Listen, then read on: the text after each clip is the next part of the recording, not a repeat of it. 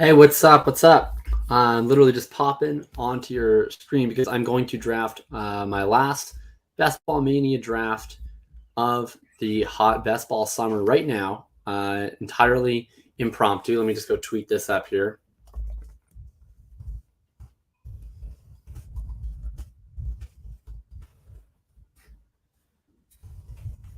There we go. Yeah, literally. Honestly, I'm in this stream because I'm drafting a Football Guys challenge with Cam that I thought was at 2 o'clock Pacific time. It's actually at 3 o'clock Pacific time. And I was like, what am I going to do for the next hour? Well, I have one more BBM to drop. So I'm just going to sit here and draft it. I don't care if you guys watch or not, but I figured, why don't I just put this out into the Twitter world, out into the YouTube world? Anybody can watch along with me.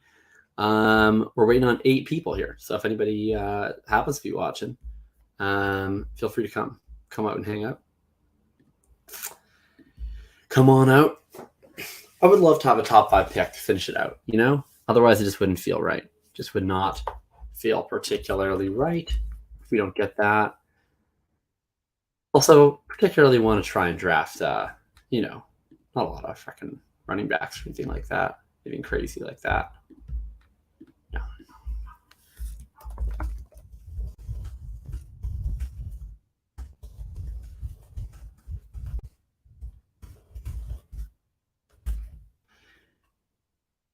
All right, one more person. Here we go. One more time for $1 million. Exciting days. It's an exciting day. They're all filled. Come on, top 5, baby. Come on, top 5. Oh, that doesn't look good. 112. Oh, of course. Of course, the 112.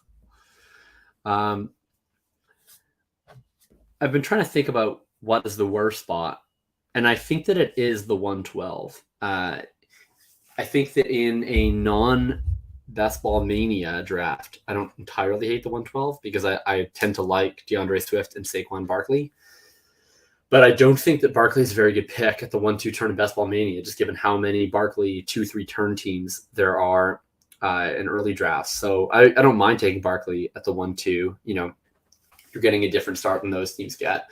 But really, what I think you have to do if you take Barkley at the 1-2 turn in Best Ball Mania is there's so many teams with Barkley at the 2-3 that you have to, essentially, if you think of your first 4 picks, right? If you had Barkley at the 2-3 turn, then you're competing with teams such as, Barkley plus CMC or Taylor plus, some mix of one of like AJ Brown, Tyreek Hill, Mike Evans, T. Higgins, one of those guys. Or maybe a Pitts, and then any of like the Jerry Jeudy, Deontay Johnson, that kind of group, right? So you have to beat that somehow. So how are you going to beat that, right? Are you counting on Lamb or Adams to beat Jefferson or Kupp? Are you counting on Swift or Dalvin Cook or Najee Harris or somebody to beat Taylor or CMC? And then you don't even get that preem guy at the 2-3 turn. So it's a tough ask to me. And then it's like, well, to me though, Barkley is still is probably the guy that has the best chance of just straight up, competing with a healthy Christian McCaffrey. I think certainly a better chance than I think any other running back here.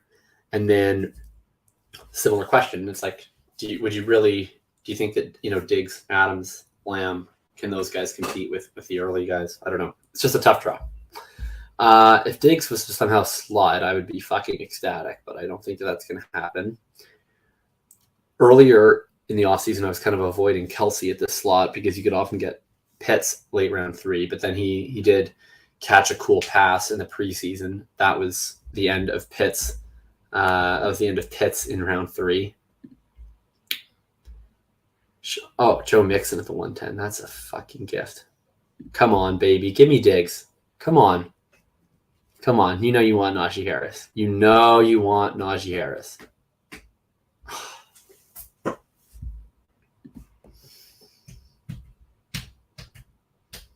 Okay. I don't want to take Harris ever. We talked about the issues with Barkley. Kamara was the same thing. I mean, he was going so much later. So if I'm going to take a running back, it's probably Swift. I'm going to lock in Kelsey. Yeah. And then Lamb or Swift.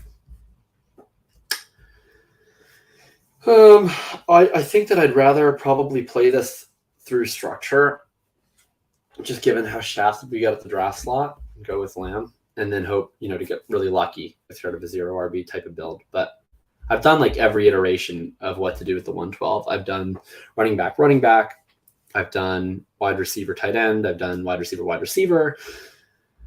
I've done running back, tight end. None of them feel good. Every single time that you draft in the 112, you just feel like you took guys that aren't any better than the guys that the people are getting on the 2-3 turn.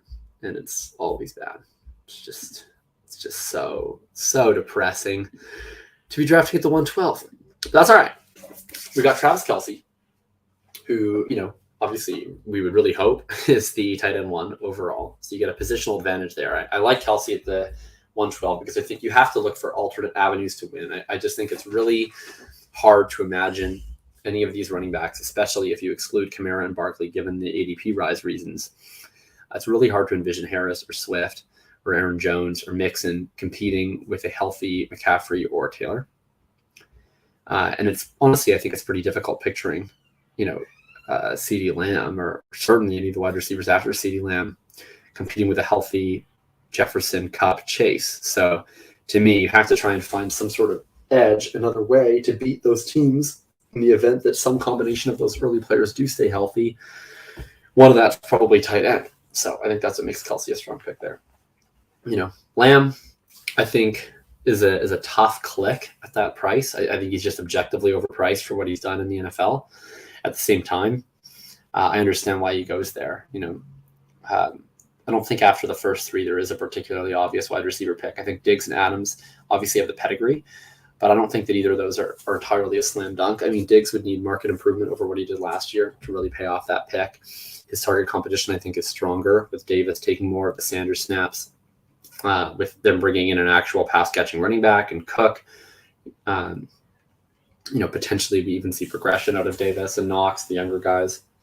And then, Adams, of course, new quarterback situation. And then after that, I mean, it's question marks everywhere. So with Lamb, at least, like if he realizes his talent ceiling, which is a big if, but if he does, the environment is set up for him to succeed in a massive way. Gator would have loved to join me in this draft. Yeah, honestly, Gator, I wish that I would have scheduled this. This was just literally impromptu. I literally had an hour to kill because I am an idiot and I forgot how to calculate the Eastern time zone. And so I thought that I was drafting on FFPC now, and I was drafting in an hour. And so I was like, well, I know it takes less than an hour. Best Ball Mania draft, and I have 1 left to do for my budget. I'm not maxing. I set a total dollar cap on how much I was going to do in Best Ball, and I have room for 1 more Best Ball Mania, and I still have a few more puppies to draft after that. But I was like, yeah, why don't I just stream this? Maybe some people will like it. I can also, when we get into it, I'll talk about my article today that came out, especially when we get into the later rounds of the draft. People seem to like it. I decided to not write 5,000 words, and I decided to include pretty charts. And shockingly, people prefer to not read 5,000 word articles devoid of pretty charts. Maybe not that shocking after all. All right, doesn't look like we're going to get anything crazy falling to us here. Looks like a fairly reasonable room so far. That's unfortunate. Let's see here. What's my favorite start? Don't like that very much. Although fun game stack, to be clear. I just don't really particularly love Mike Evans. Even though that's a fun price for Mike Evans. Obviously, he's fallen a lot. Don't love Taylor and Pittman. Are the Colts? I mean, I say this as a Colts fan, but are the Colts gonna have 2 top 26 players in fantasy football this year? Buddy, if you take DJ Moore from me after you already took Stephon Diggs from me, I'm gonna have issues. Oh my! This is not good, guys. Well, one of these picks is going to be Waddle, I think. The other pick Anybody watching want to give me the pick here? Because yikes. I'll draft Waddle.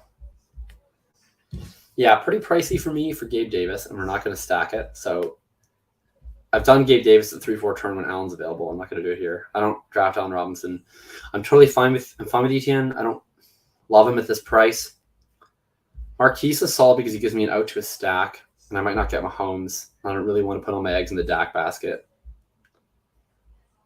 You know what I'm going to do? I'm going to do, actually. No, I don't have time. All right, Marquise Brown.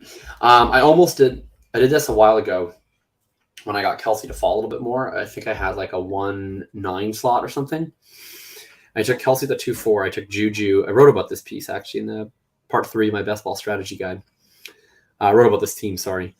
And then I took Juju in the early 4th, like pretty clearly ahead of his ADP, because I felt like if I had Kelsey and Juju, my odds of Mahomes falling all the way to me were increased because people wouldn't want to take the stack. It worked out really well. I almost tried it there. And honestly, I kind of regret not doing it. The idea didn't dawn on me until very late. I don't know if Mahomes would have made it all the way to 60. And if he didn't, it would have been in a pretty tough spot. Just based on I would have lost the Mahomes stack, would have had a pretty egregiously over ADP pick and Juju. And he's an ADP riser too, right? If this was like the puppy 4, I think that's what I would have done. I actually do prefer Juju to Hollywood Brown straight up. But, there's going to be teams that have Juju in the late 5th. The one thing that I don't mind about taking Juju higher, though, is that while he's come up, Mahomes has dropped, right? So if you're playing it for the stack, like early in the offseason, you could get Juju in the middle of the 5th. But if you were going to do the stack, you probably had to do Mahomes in the 4th and Juju in the 5th. So what's the difference? Now you can do Juju in the 4th, Mahomes in the 5th. Right? Same difference. And, you're going to certainly have teams that have Juju in the 5th with, not Mahomes in the 4th. But if you're playing it through the stack and the stack hits, where Juju's the wide receiver 1 overall in a given week and Mahomes is the quarterback 1 overall in a given week, you don't really care about the Juju non-Mahomes teams, right? You're just competing against the other Juju Mahomes teams because, if that is the hashtag combination you need, then you're golden. You are golden. Man, Etienne at the 4-11, that's pretty nice. Yeah, Etienne is an interesting one. I think I talked about him on Twitter a little bit a while ago, but I don't know how many people read it.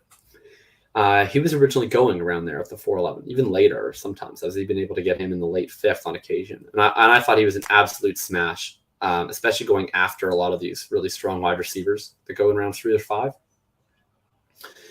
Mahomes goes 5-3. Oh, but he does go to the Juju team. So I wonder if I took Juju, if Rocket 504 still would have taken Patrick Mahomes. I would wager, well, he was probably waiting on Herbert too, right? That's actually smart. I really like what Rocket 504 did here. Okay. So he already sets up his team in a way that has a lot of stack flexibility, right? He takes Cooper Kupp, takes AJ Brown, then he takes Keenan Allen, Cooper Kupp play each other week 17. So he sets up that game stack either direction. Then instead of just taking Herbert here, he takes Juju. And then he says, you know what, I'm probably going to get Herbert or Mahomes. I'll have that optionality. And then I get, a wide receiver before what you probably saw as some form of tier break. I probably agree that it was a tier break. I don't have the queue pulled up. That's a really sharp way of doing things. And, should he have not gotten either, maybe he would have gotten, Jalen Hurst fall all the way. Of course, he goes right after. But that's an interesting one. I like that.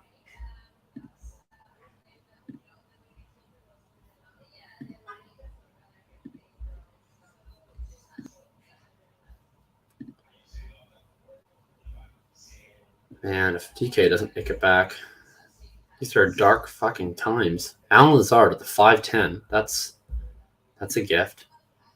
I would really like, this guy has sniped me every opportunity so far. He took Diggs. He took DJ Moore. This time he does not snipe me. Fuck yes. Okay, I'm going to take Kyler Murray, stack with Marquise Brown. I'm going to take DK Metcalf. That's what we want. All right. Now we're getting what we want. Now we are controlling our own destiny here. All right. So obviously 0 restart. Where do I see Damian Pierce going in best ball? Well, his ADP has worked all the way up into round 6, as you see here. I've certainly seen him go earlier than that. I haven't drafted best ball in a little bit. I was out of service from Friday through Monday, and I kind of weaned myself off of BBM about a week before that because I only had a couple left. I wanted to save them for this week, and I hadn't been drafting anything else on Underdog, awaiting the puppy 4. So I haven't. This is starting yesterday. It was my first time drafting on Underdog in about a week, and yeah, Pierce is shot way up. I've seen him go as early as the 4th on FFPC. I mean, I don't think it's good. I thought Pierce was a totally fine pick, like round 11, round 12. I think that clearly people that are drafting him now should have just been hammering him then, like in every single draft, because it was never particularly difficult to imagine anyone beating out Marlon Mack, right? It's Marlon Mack off of a torn Achilles who hasn't been relevant since 2019. Pierce looking good in the preseason, seemingly the starter ahead of Marlon Mack. Is that worthy of 6 rounds of ADP jump? I don't think so. I dislike Pierce at cost now for the same reasons that I dislike Rashad Penny at cost, right? And his cost is much lower, and we at least know he's a good rusher skill-wise. But I don't want to draft early down running backs on bad teams. Now, you could say Pierce has a passing down profile from college-ish, right? And it is really ish. What he has going in his favor is that he had a plus.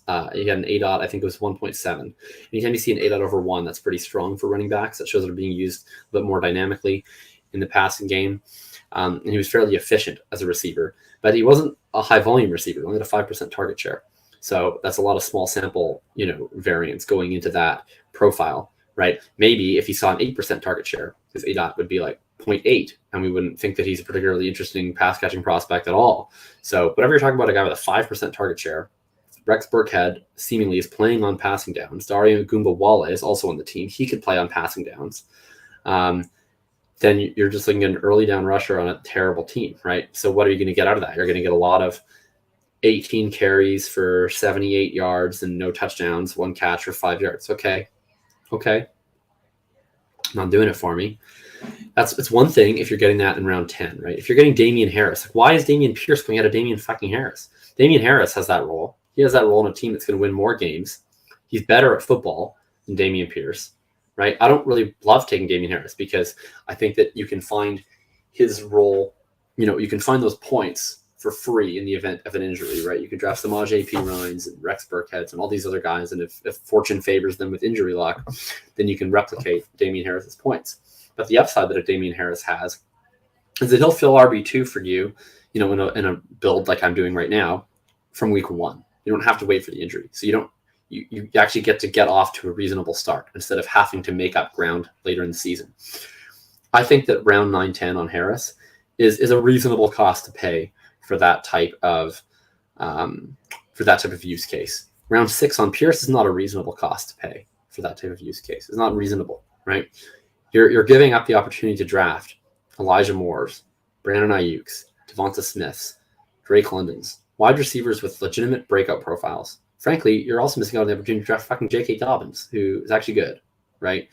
But the opportunity cost there is immense, right? The opportunity cost for Damian Harris goes, it's like, okay, I don't mind taking the shot on Treylon Burks. I don't mind taking the shot on Sky Moore, but I understand, those guys aren't ceiling's probably a little bit lower based on them being rookies, and the floor is certainly lower for those guys, right? So I get it. Especially sometimes Harris falls after those guys, and he falls to like where Claypool is going, right? Or Romeo Doubs or something like that. And then it's like, okay, the opportunity cost isn't that high. Let's do this. What are we doing now here?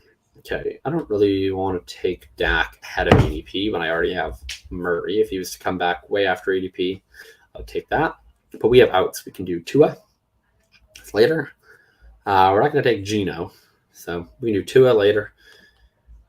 We can do whoever. We still have at least probably 3 more wide receivers to draft and a tight end that we can set up with the stack. We could take a pass catching running back. I don't really want to take Russ here. I mean, it's a nice value on Russ. I think running back looks pretty interesting. Those 3. And I think wide receiver looks not that interesting. Yeah, I'm not a big Renfro guy. Not a big Cooper guy. I might be running back here.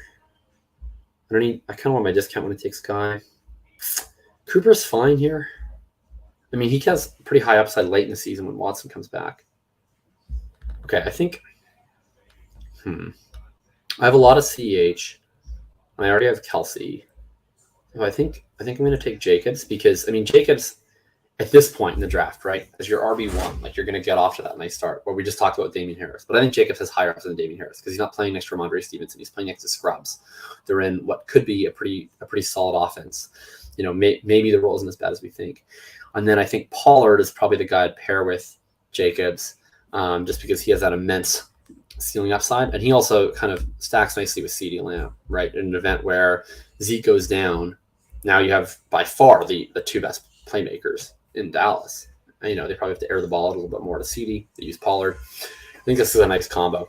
I probably do have Clyde, who goes right after, actually slightly ahead of Jacobs and Pollard in my rankings. The reason I didn't take him, it's just I don't love correlating running back and tight end, especially without the quarterback. Both of those positions are fairly dependent on touchdowns. So it's not like a big deal. But if I have 3 guys that are in the same tier, I'd rather err away from that. I also just have drafted more Clyde than Jacobs or Pollard. So I think with having Kelsey, you know, and I also think Jacobs and CH are kind of the same use case. So I think Pollard is the guy that makes the most sense. And then it's a matter of, you know, Jacobs or CH. You also have the benefit, I think, in BBM where Jacobs used to go in round 5, round 6, right? So you're still competing against these teams that were drafting Jacobs so many rounds ago that because I already have Kelsey, because you get the ADP discount on Jacobs versus earlier Jacobs teams, I think that those 2 things combined make Jacobs just slightly better pick on this team than Clyde Edwards-Helaire. Are handcuff running backs less valuable in best ball as opposed to redraft? Great question. That's from Danny F. So specifically, like format-wise, best ball versus redraft, yes. Yes, they are, because in managed, you get bench spots, right? And so it's nice to be able to just, like, you can take Madison, stick him on the bench, forget about him. They take up a bench spot, so you can't utilize waivers, right? That's one issue. You don't want to have a bunch of spots clogged in redraft. You want to be churning through the waiver wire. Whereas in best ball, you know, this guy's in the waiver wire, you're not drafting him. So that's not really an opportunity cost you have to worry about. So in that sense, a little bit better in best ball. But I would say overall, the ability to just straight bench a player, you know, that helps versus you're sacrificing those usable weeks.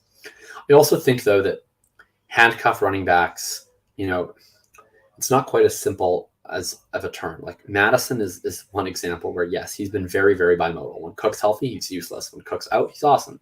Most running backs are not quite that bimodal, right? You're going to have some form of role. You can luck into touchdowns. And in that sense, in best ball, they're a little bit more useful because you don't have to pick and choose when Tony Pollard's going to have startable weeks. He had quite a few startable weeks last year. It's just, it was very difficult to predict when they were going to occur because his role, you know, his role wasn't all that large. So you had to get lucky with a big play. You had to get lucky with a touchdown.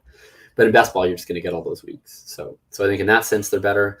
And then the main thing is you're trying to win $1 million, right? So I think any sort of type of player that has the opportunity to be a beneficiary of good fortune late in the season is going to be better, you know, in a best ball tournament. Also better in a managed tournament. So overall, like guys like Rashad White, Alexander Madison, Spiller / Sony, you know, Samaje Perine, Eno Benjamin, whoever else you want to name that's like drafted almost entirely for contingent value. I think those guys are better in managed than best ball, but it goes a little bit both ways because of the opportunity cost of waivers.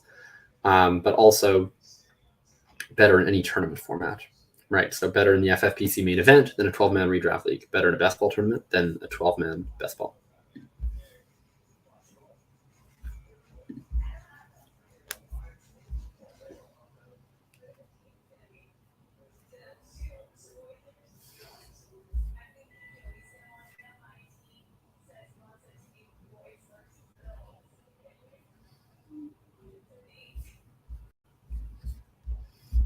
Oh boy, the patrons in the Bulletproof Discord are just tweeting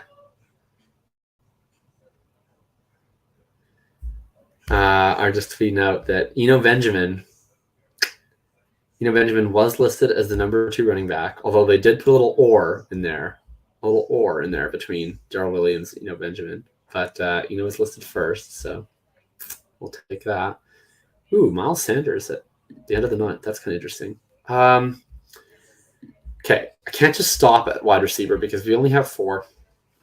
And I don't want to be the team that cuts off a 0 RB too early and then actually loses the position we're supposed to be winning, right? We don't want to do that. So I think Rondale is a pick since I have Kyler here. It's pretty slim pickings here. So I think I'm going to go with a running back. And Mock's still interesting. I think Miles Sanders here is pretty good, right? I mean, doesn't need to do a whole ton for this team, right? Just needs to punch in a couple of touchdowns, have a couple of big plays.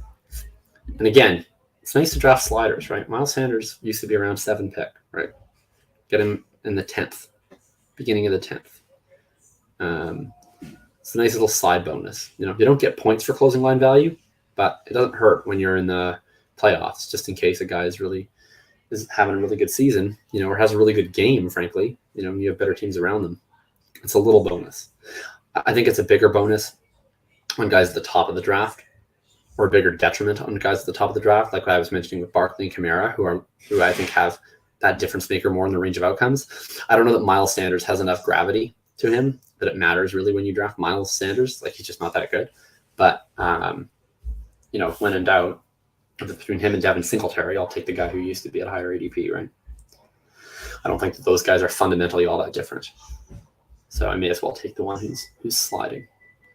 It'd be the same thing where, say, if I had, T. Higgins on this team instead of Jalen Waddle, I might take Singletary for the week 17 correlation. It's a tiebreaker, those types of considerations, right? Because I don't think that Sanders and Singletary are that different. If, say, who's someone that just fell or that didn't fall. I don't really like any of these bums. I don't know if Kareem Hunt was there. Like, I actually markedly prefer Kareem Hunt to both Miles Sanders and Devin Singletary. If he was there, I would have just taken Kareem Hunt. I wouldn't, had these other considerations.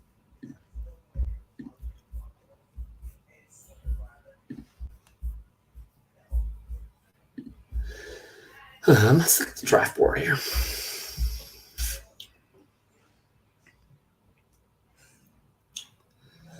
Let's see how these teams are going. So I really like Rocket start. What did he do? He took David Montgomery. Okay. Yeah, see, I really like Rocket start here, but I don't. This is like my biggest pet peeve, I think, with some people when they do 0 RB, because they don't continue it long enough. And I understand that we also kind of cut off. We've only taken 1 wide receiver since round 6. But we also did that by filling onesie positions, right? We have an elite tight end. We have an elite quarterback. Rocket has the elite quarterback. He didn't take an elite tight end. He still hasn't taken a tight end. So he's losing tight end, right? By virtue of punting on running back. You're accepting that you're probably going to be weaker in the field at running back. Now you're weaker at tight end. How strong are you really at wide receiver, right? Up top, very strong. And just MVS, right? So you're not really lapping the field there the way that you want to be. I think it's a good team. It'll be interesting to see how it goes. I mean, I don't have an issue with any of these picks individually. I think they're fine. I probably would have wanted Smith, London, or Tony, one of these breakout type wide receivers instead of both these running backs, right? You add in one more, you get one of these guys, get Gibson. Now it's like, and Rachaad White, right? Like, that would be a really nice spot. I would have loved Rachaad White on this team. That's really too bad that he went like a full round ahead of ADP to the guy whose team that I was making fun of. It's a good team. I'm interested to see what he does at wide receiver, because wide receiver is really bad at this point in the draft.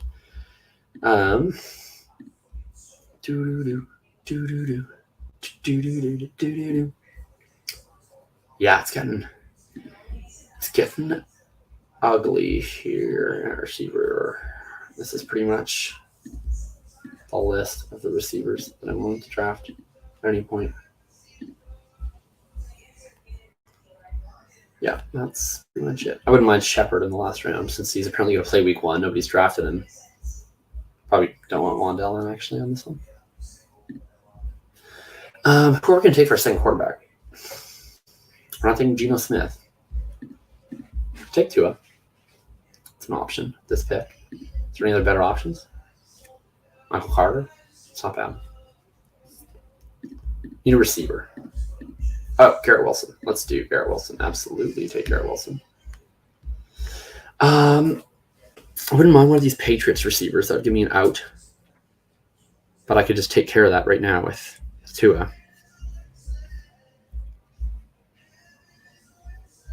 I don't think I need my 4th running back yet. I think I'm pretty okay with where I'm at with running back. I'm going to probably draft 7. I don't think I need to take my last wide receiver yet. So let's just do Tua. Let's do that. Okay. So we're done at quarterback. We're going to have one more tight end. It's going to be a 2-7-7-2, I think. We do 6-8? Maybe.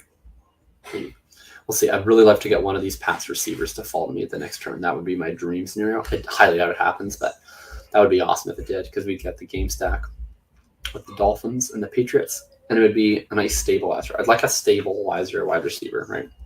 We have some fun upside at the top here, but DK is going to be really inconsistent week to week. Rondale's pretty high variance pick. Garrett Wilson's pretty variance pick. We don't want to be taking a bunch of receivers early and then not be good enough at receiver. That's why I might take 8.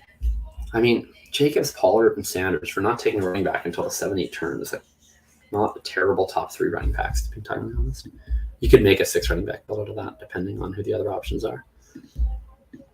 Some of the guys that I find interesting. Thing is, I don't think that any of these running backs, after maybe Jamal Williams, right, where he's a guy that has a standalone role and he has legitimate contingent upside. Once you get past Jamal Williams and Khalil Herbert, I don't think any of these guys are any better than the guys that you draft in the 18th round, right? Why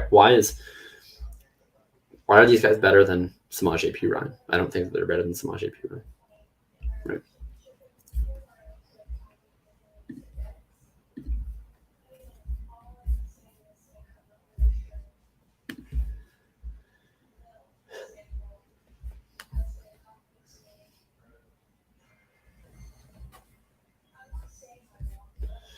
That's the scary part about taking both quarterbacks this early, is that there's a part of the draft around 14 through 16 where the wide receivers are pretty ass, right? They're already kind of dust. You kind of want to be done late wide receivers, and then the running backs aren't obviously better than running backs you get in the last couple rounds, and so it's who the hell do you draft at that spot? And usually what you can do is you can draft a quarterback 2 and your tight end 2. That's kind of ideally, I think, where you want to be doing that. So going too early is maybe a mistake. Maybe I should have gone with Michael Carter. Maybe I should have gone with one of those wide receivers. Maybe I should have gone with Jacoby Myers. That's probably what I should have done, actually. Let's go with Jacoby Myers. And then we could have taken Mac Jones instead of Tua. We could have done Mac, Jacoby. It's a better team. Russell Gage didn't show up on the front page of Tampa starting roster. Yeah, I mean, that's funny. Russell Gage is not. He was one of the worst picks I've ever seen in my life when he was going in round 6. I think he's an okay pick now because he's still on Tampa. There's still a lot of uncertainty, right? Godwin is an ACL, who is very old. I think they're going to probably rotate 4 wide receivers to start the season. They don't have anybody at tight end. So I think he's fine where he's going now. He's kind of similar to Mecole Hardman, kind of a rotational player in a really good offense. And then you also add in the value that, all those Gage teams from round 6 are totally stone dead. So if you can get them in round 12, that's a bonus. Yes, I will be on tomorrow. Absolutely. Absolutely. Back and be on every episode in season 8 Eastern time.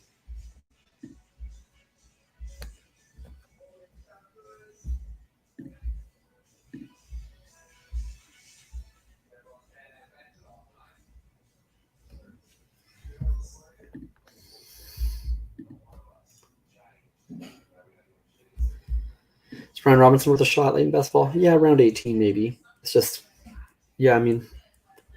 you just have less opportunities to take advantage, right? I think a lot of times it's like, oh, what's it going to be in the late season? Well, ideally it's late season. But the beauty of drafting these types of contingent value and ambiguous running backs is you never know when it's going to be, right? Devontae Booker wasn't particularly useful late season, but you got a month from him, right? That helped on a lot of my teams. Oh, this is sweet. Danny says, thanks, Jacob. Love your stuff. I'm a massive fantasy nerd. You're my go-to amongst all analysts. Selfishly hoping you don't blow up too much because I want to keep my fans fulfilled. I don't think you have to worry, Danny. I have a niche audience for people that want poetry and economics metaphors stuck all over their fantasy content in articles that are way too long to read. I think you'll be okay. Yes, 9 Eastern time. Full Tilt goes live today. So I'm doing this. Then I'm drafting an FFPC team. That will not be live. And then I'm doing the Full Tilt Dynasty podcast.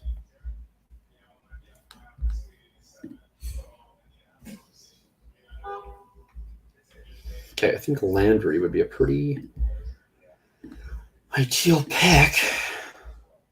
Oh. Wow, it's the year of our Lord 2022. I'm tilting being sniped on Jarvis Landry. That's the state of things. Okay, Algier's okay, but it's only okay. So I like Watson, but I think if I take Watson, I kind of need an 8th wide receiver. Okay, I know I said I wanted to take my tight end 2 later, but I can't resist Alberto falling. Around after ADP, Medolcic is on IR. That's a smash.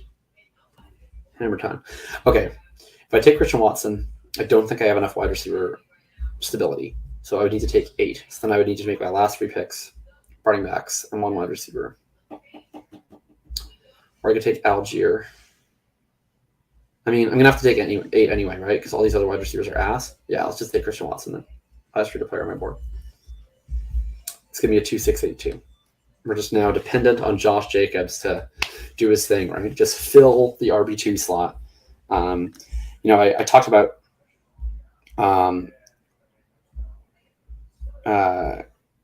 Josh Jacobs. What I've said about Josh Jacobs is, he doesn't give you anything really much at RB2 other than letting you know who your RB2 is every week, and that's really what I need right now in this build, right? I'm only going to have 6 running backs. I didn't take my first until the 7-12, so I just need a guy like Josh Jacobs to, get in that RB2 slot every week, fill it, and then let the rest of, Pollard, Sanders, and these 3 late running backs that I'm going to take with contingent upside to sort of rotate in with spike weeks, benefiting from injuries, long plays, etc., etc. So I'm going to need an 8th wide receiver now. And they're all bad. I wouldn't mind someone with like a little bit of like a stable role, like a Corey Davis or a Zay Jones. I guess a Kenny Galladay. Oh, right, I was going to take Shepard in the last round. That's what I was going to do. Okay, I'll keep Pierce in the queue because if somehow he falls to me, I would do that. Shepard in the last round would be ideal. And then I have my quarterbacks at my tight ends. So I need 3 more running backs. I'm going to do this last turn on stream. Then my FFPC draft starts in 18 minutes. So I'm going to do this next turn on the stream. Then my last turn will be Sterling Shepard, provided he gets there. If he doesn't, I'll just take some other dusty, crappy wide receiver, maybe AJ Green, because it's the Cardinals stack.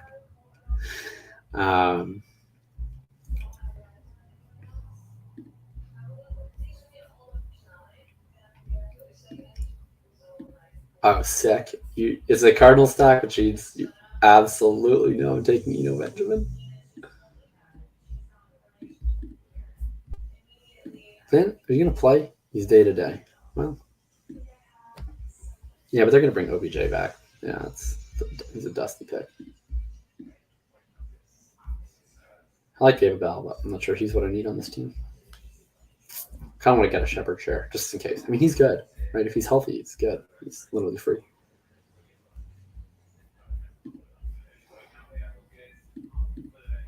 What do I want here? Yeah, I'm still taking TDP over Jeff Wilson, but I have a lot more TDP than Jeff Wilson. So I wouldn't mind just like mixing one up just for a change. But I just want to be clear. I'm still sticking with the round 3 pick over the dusty old man, but Um,